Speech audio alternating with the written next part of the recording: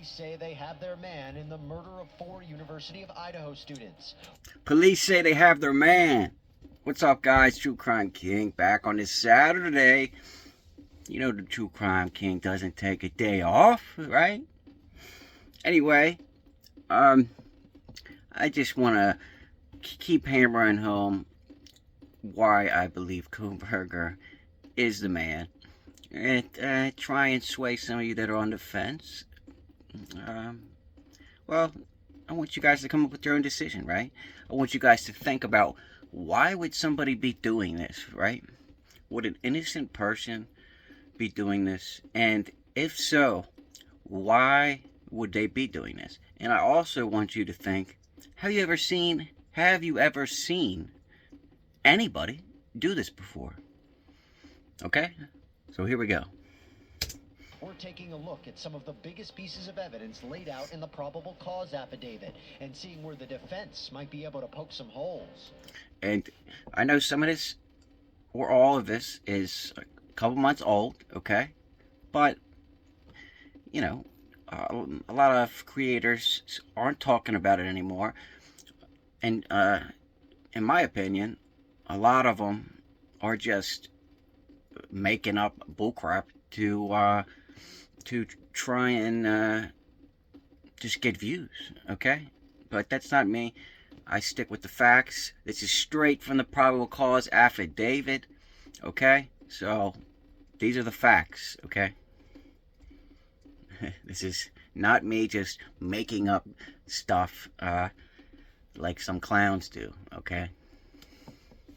Law and Crime Daily, covering court cases from coast to coast.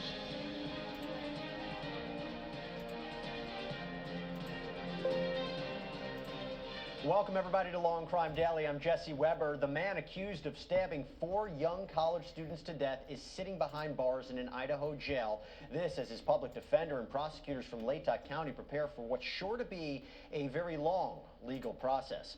Since Kohberger's arrest in Pennsylvania a week ago and the release of the probable cause document on his return. Yeah, so this is a week after Kohberger was arrested. So this was from December or late November of last year. To Idaho, we have learned more about the investigation into the quadruple murder. Law enforcement sources told CNN that the Hyundai Elantra that Kohberger was driving was cleaned from top to bottom by the suspect. Okay, now real quick. Cleaned from top to bottom by Bryan Kohberger, okay? Remember, he had a month before the cops arrested him, and almost a month before they were even on his trail, okay? So he had plenty of time to get rid of any evidence that was in that car, okay? Hence, he had time to get rid of the knife, okay? And, well, we'll get into it. During surveillance of his parents' in Pennsylvania home and Kohberger's movements, sources told the media outlet that the 28-year-old doctoral student was seen wearing surgical gloves. Now, pause. He was wearing surgical gloves. Now, I want you guys to think about this. When anybody, was cleaning their car out, their own personal vehicle, okay, just a normal, take some trash out, he's wearing surgical gloves, okay? Not just some random gloves. The surgical gloves. Like, what the hell? To clean your own car, right? Now, I could maybe see that if it's some disgusting old somebody else's car, okay? But your own car? I mean, you obviously you're not going to think that your own person is that disgusting that you have to wear surgical gloves, right? That's my opinion. I want to know what you guys think, right? My opinion is he knew he didn't want to get any more DNA on the car. He wanted to remove all DNA from the car, okay? So, and especially where, he knows where he wants his DNA, where he doesn't, right? So, of course, he's going to put the gloves on. He probably knew there was other DNA in there. Like I said before, the trunk theory, okay? His shower curtain was missing. He could have taken the shower curtain from his apartment, placed it in his trunk, okay? Had a change of clothes after the murders, just took off his outer layers, threw them onto the shower curtain that was in the trunk, threw everything, the murder weapon, everything, onto the shower curtain, right? There would be minimal DNA. I mean, think about it, right? I mean, he's not stupid. He's not just going to throw everything in his car randomly, right? And he's not just going to get into his car that has blood, possibly has blood, and these four students' DNA on them. He's not just going to get it all over the place, right? That's what a normal person that's not trying to get caught would do, right? Investigators believe Kohberger killed Kaylee Gonsalves, Madison Mogan, Zainer Kernodle, and Ethan Chapin inside of a rented home not far from the University of Idaho campus. And, okay, investigators believe this. Obviously. That's why he's arrested, okay? You don't see anything in the probable cause affidavit about some cult, right? Or, in fact, you don't see anything anywhere, any evidence at all that points to anybody else. Nothing. Not one shred of anything anywhere that points to anybody else that could have committed this murder except for Bryan Kohberger. Okay? That's what I want to drill into your guys' heads. And those of you that don't think Kohberger committed this murder, who did it then, right? Where's your evidence that supports that Kohberger is innocent? I mean, come on. Or if he's innocent, who did it then, right? Come on. You can't just say, I don't think he did it. Well, who do you think did it then, right? And then you have to have some facts to back up that. The police, remember, there's a gag order, so they can't talk about it. They're not being sneaky, guys. Okay? They just legally cannot talk about the case. That's not being sneaky. That's not hiding evidence. That's not hiding anything. That's following the law. Okay? It's following what the judge said. Okay? The judge made the gag order. Okay? That's it. Nobody can talk about this case that's involved with the case until trial. That's the bottom line. At the time of the murders, Kohberger was studying at Washington State University, which is just a few miles away from the crime scene. When the semester was over, he and his father took a road trip across the United States in that very Hyundai Elantra back to Pennsylvania. I'm joined by my co-host. Real quick, so you can see here when he got pulled over driving with his father across the country to Pennsylvania, the outside of his car is dirty, right? So I can understand why he wants to wash the outside of his car, right? But he was seen cleaning the inside, everywhere with surgical gloves, right? Give me a break, right? That's just ridiculous. You don't need surgical gloves to just clean out. I mean, what is he doing? Just picking up some trash? I mean, obviously, from this, when the body cam with the cop looks in his car, there's not piles of disgusting trash or dead animals in there, okay? So there would be no reason to wear surgical gloves to clean out this car.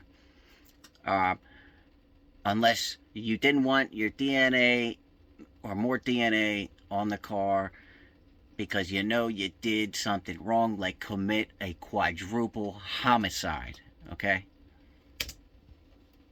The legal analyst, public defender Bryan Buckmeyer, former trial attorney Terry Austin. All three of us have had a chance to look over this affidavit, and while there is a lot of evidence against Kohberger, it's not as airtight as people might think. Bryan, you're a defense attorney. Where do you see the problems?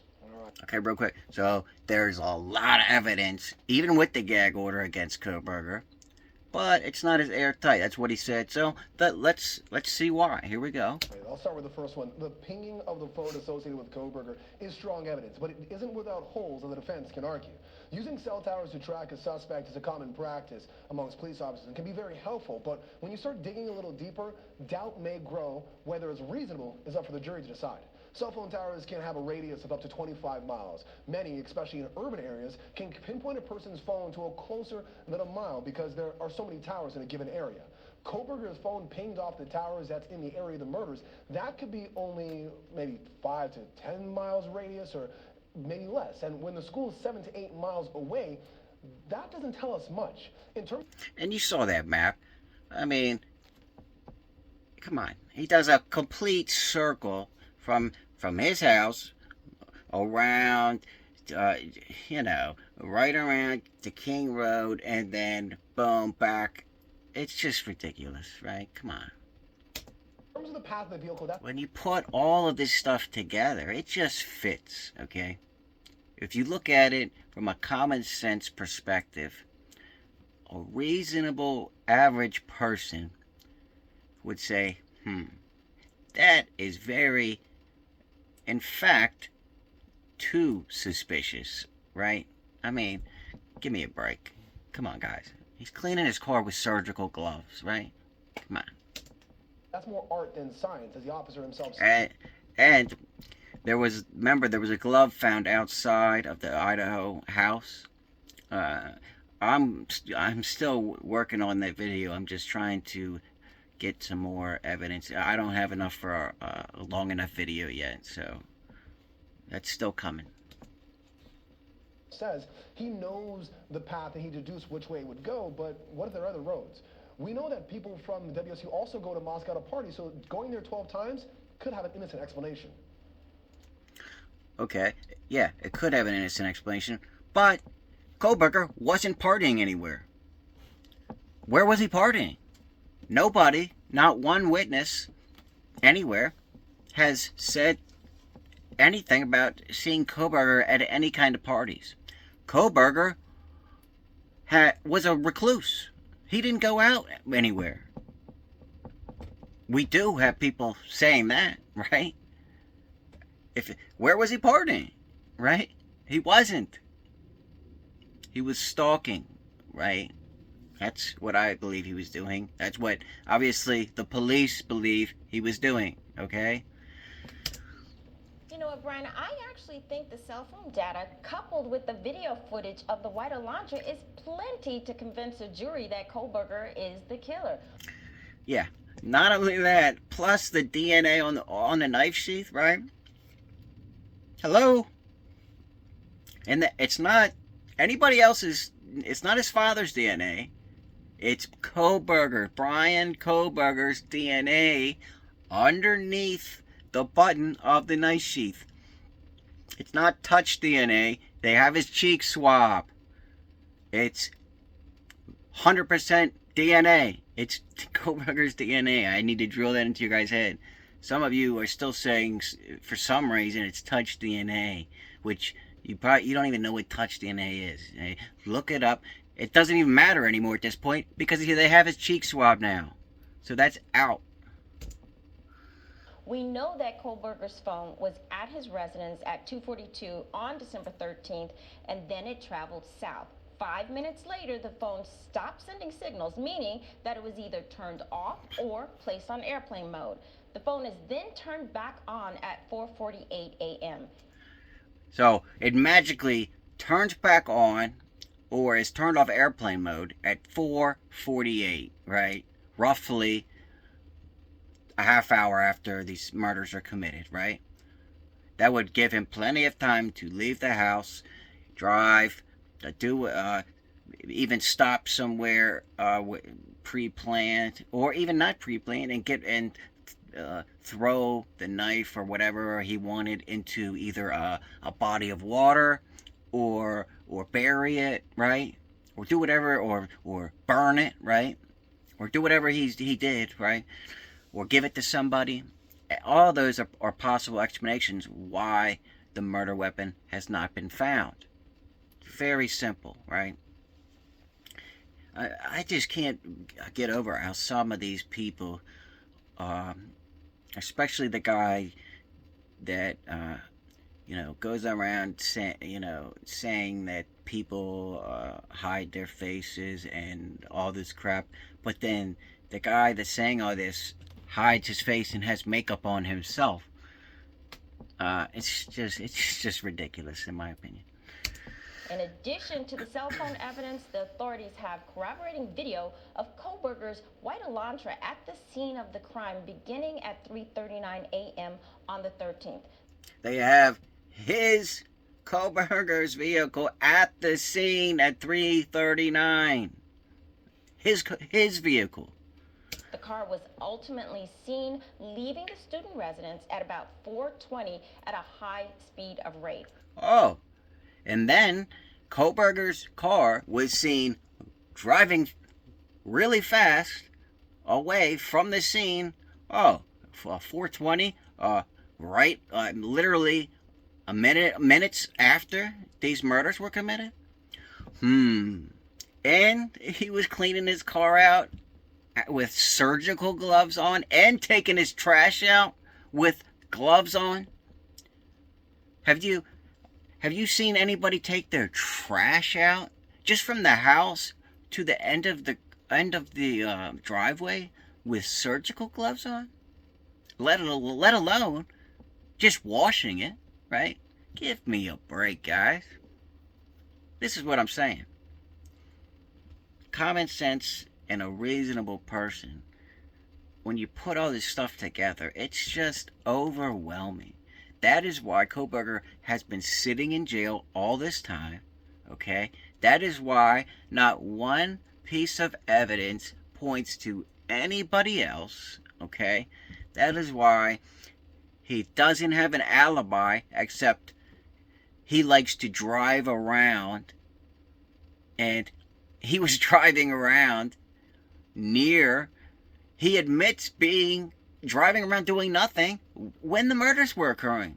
That's exactly what somebody that committed the murders would say, because they don't have an alibi because they were committing the murders, right? That's why nobody in the whole world out of 7-8 billion people cannot place Kohberger anywhere, because he was committing the murders, okay? In my opinion. So I want you guys to think about all of this. Don't listen to clowns that just put out theories, okay? I'm giving you actual facts. All this stuff that I just said actually happened, okay? And I just want you guys to think about it and come up with your own theory, okay? Don't listen to me. Don't listen to clowns, okay? Think for yourself. Put all of this. Imagine if you were on the jury right now and you just had this. You just had this to go off of. You didn't even have what the gag order has that we don't know about yet, right? Which is there's probably, I guarantee you there's something in there that, boom, is the nail in the coffin, okay? That's why I can't wait for this trial, but, and to prove everybody wrong. Anyway, that are just throwing clickbait out there to try to, I don't know what their agenda is, to be quite frank with you. I mean, it just makes me mad when people just throw out random theories with no evidence to back that up. Creators. And you guys know who I'm talking about. Anyway, happy Saturday. Hope you guys liked it. If you did, smash the like button for me. Help me help this channel grow. And if you want to help support me, go to patreon.com/realtruecrimeking. And shout out to all my current Patreon members. Really appreciate it. You know who you are. Really appreciate you guys. And until next time, True Crime King out.